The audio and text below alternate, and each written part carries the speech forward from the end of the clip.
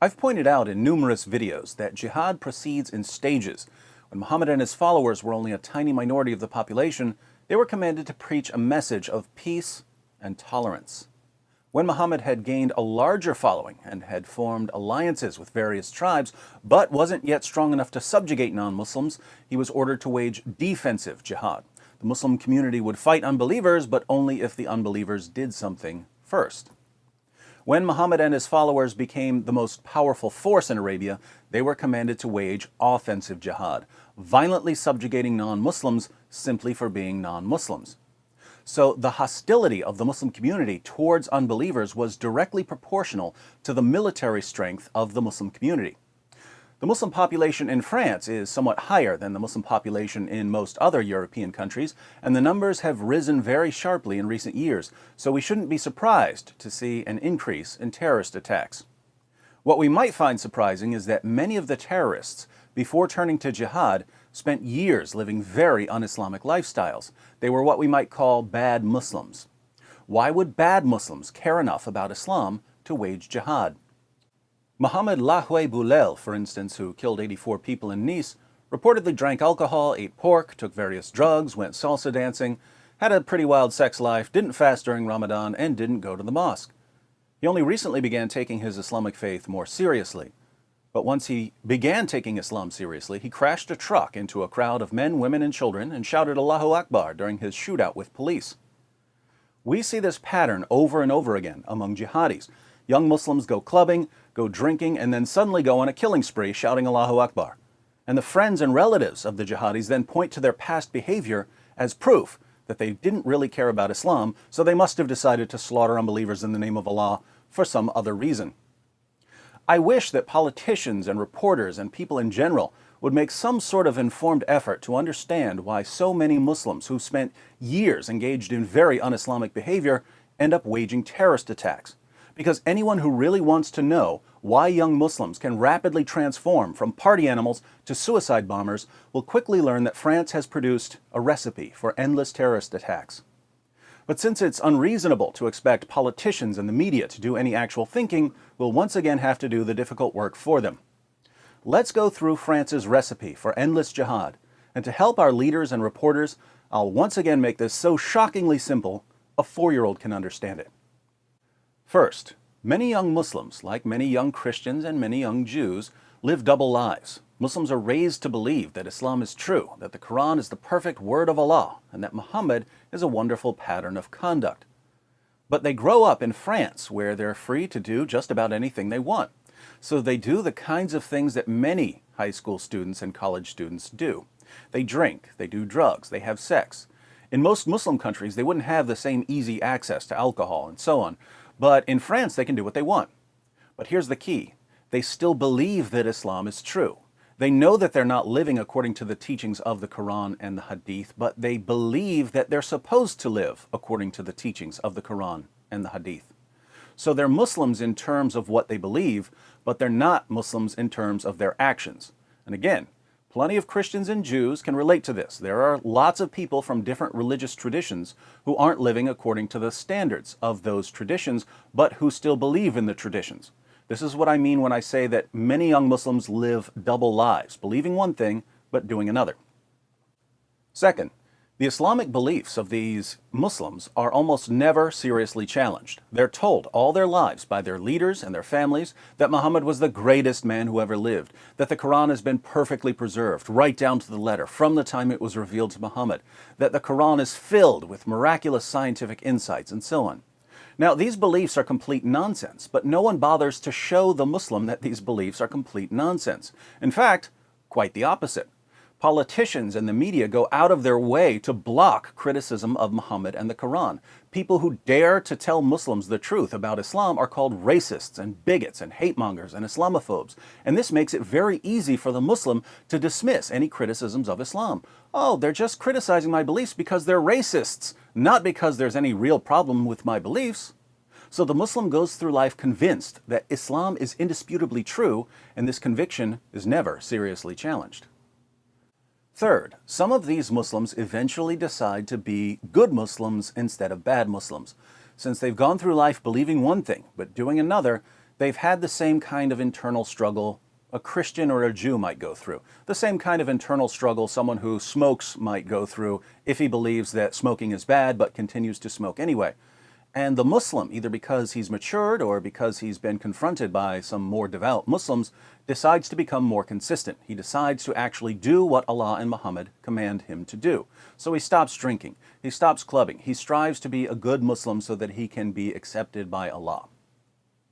Fourth, some of the Muslims who begin striving to be better Muslims so that they can be accepted by Allah come to realize that they can't really know if they've been good enough to be accepted by Allah. You can find statements in the Muslim sources that tell you what good Muslims are supposed to do if they want to enter paradise. But as a Muslim, you just don't know you're standing with Allah. The worst sin in Islam is shirk, associating something with Allah, idolatry. How do you know whether you're idol-free enough for Allah? Do you love money too much? Do you love your house more than you should? You don't know. So you have no assurance of salvation.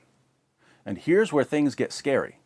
Even the best Muslims don't know what Allah is going to do with them on Judgment Day. Even Muhammad himself didn't know what Allah was going to do with him.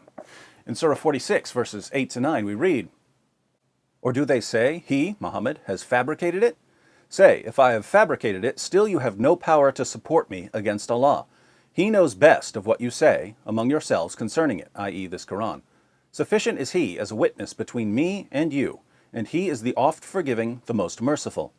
Say, O Muhammad, I am not a new thing among the messengers of Allah, i.e. I'm not the first messenger, nor do I know what will be done with me or with you. I only follow that which is revealed to me, and I am but a plain warner." Muhammad is commanded in the Quran to say that he doesn't know what Allah is going to do to him. And the verse is referring to salvation. We know this because when Muhammad actually says what Allah tells him to say, it's in the context of salvation. Let's look at a passage. In Sahih al-Bukhari, 3929, a devout Muslim named Uthman dies, not the Caliph Uthman, a different Uthman, and a Muslim woman says to the body, "I bear witness that Allah has honored you." Muhammad replies, "How do you know that Allah has honored him?" The woman is shocked that someone this devout has no assurance of salvation, so she asks, who else is worthy of it, if not Uthman? And Muhammad's response is terrifying for Muslims. He answers, "As to him, by Allah, death has overtaken him, and I hope the best for him.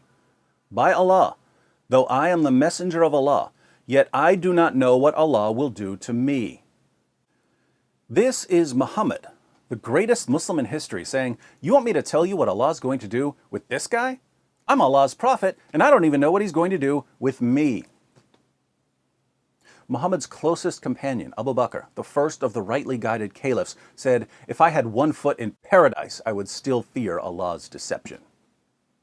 Now, if the best Muslims didn't know what Allah was going to do to them, what hope is there for bad Muslims? If Abu Bakr didn't feel safe, and you've spent half your life drinking and gambling and partying and fornicating, how can you possibly feel safe? You can't. Fifth, there is one way to feel safe and know that you'll be accepted by Allah.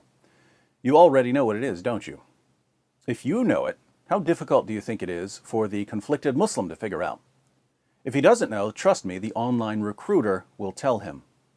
In Sahih al-Bukhari, 2787, Muhammad declares, Allah guarantees, notice, now you have a guarantee from Allah Himself, that He will admit the mujahid, the jihadi, someone who wages jihad, in his cause into paradise if he is killed. Otherwise, He will return him to his home safely with rewards and war booty. If you get killed while waging jihad, Allah guarantees you'll go to paradise. So even if you've spent years violating basic Islamic teachings, Allah makes you an offer. Die while killing unbelievers, and your salvation is assured. Putting all of this together, think about it this way. Suppose this circle represents the total Muslim population of France, several million Muslims. Many of these Muslims will be secular. Let's say that this circle represents the Muslims who aren't secular and whose heads are filled with silly claims that supposedly prove that Islam is true. Some of these Muslims will be very devout and will do what Muslims are supposed to do, but many others will end up doing things that are forbidden in Islam, even though they sincerely believe that it's true. This circle represents the bad Muslims. Of the bad Muslims, some are going to continue being bad Muslims all their lives, while others are going to decide to become good Muslims at some point. In this circle are the bad Muslims who decide to become good Muslims. Many of the Muslims who try to turn their lives around will be perfectly satisfied saying their daily prayers, giving alms, taking the pilgrimage to Mecca, and so on. They'll think that they're okay with Allah because they're doing what Muslims are supposed to do. Others will be scared and distressed. They understand that because they've done so many bad deeds, they can never be sure that their good deeds will outweigh their bad deeds. They'll have constant anxiety about their eternal destiny. They're in this circle. Some of these Muslims will press on and continue to live as Muslims, even though they're terrified about what might happen on Judgment Day. They'll just try their hardest and hope for the best. But some of these frightened Muslims won't want to spend their lives in a state of constant anxiety and uncertainty and to gamble with their salvation. They'd rather accept Allah's guarantee of a one-way ticket to paradise for anyone who dies while waging jihad. These are the people who are killing you, France. Oddly enough, when these young jihadis go on a killing spree, people read about their shady pasts and say, this attack can't have anything to do with Islam because this was a bad Muslim. Being a bad Muslim is what compelled him to accept Allah's offer of salvation in exchange for martyrdom. Islam was the driving force behind the attack. So the process that produces these attacks is straightforward. But now we have to ask, what are French leaders doing to change anything about this process? Absolutely nothing. And that's why the attacks in Paris and Nice are only the beginning.